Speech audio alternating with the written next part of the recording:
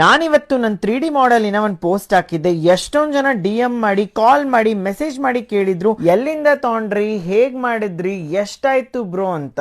Simple answer guys, ಇದು ಒಂದು generated image. ಹೇಗ್ ಮಾಡಿದೆ ಅಂತ ಹೇಳ್ತೀನಿ ನೋಡಿ. ನಿಮ್ ಫೋನಲ್ಲಿ ಡೈರೆಕ್ಟ್ ಆಗಿ ಕ್ರೋಮ್ ಅಂತ ಟೈಪ್ ಮಾಡಿ ಕ್ರೋಮ್ ತೆಗಿಬೇಕು. ಕ್ರೋಮ್ ಅಲ್ಲಿ ಹೋಗ್ಬಿಟ್ಟು ಗೂಗಲ್ ಜೆಮಿನಿ ಅಂತ ಟೈಪ್ ಮಾಡಿ.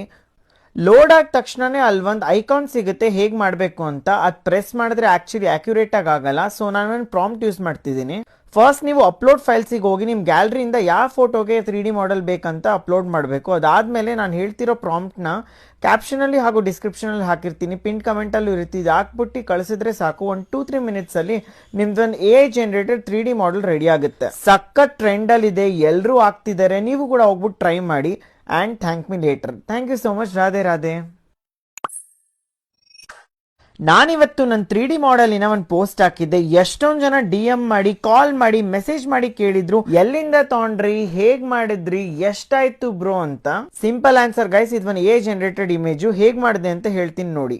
ನಿಮ್ಮ ಫೋನಲ್ಲಿ ಡೈರೆಕ್ಟ್ ಆಗಿ ಕ್ರೋಮ್ ಅಂತ ಟೈಪ್ ಮಾಡಿ ಕ್ರೋಮ್ ತೆಗಿಬೇಕು. ಕ್ರೋಮ್ ಅಲ್ಲಿ ಹೋಗ್ಬಿಟ್ಟು ಗೂಗಲ್ ಜೆಮಿನಿ ಅಂತ ಟೈಪ್ ಮಾಡಿ.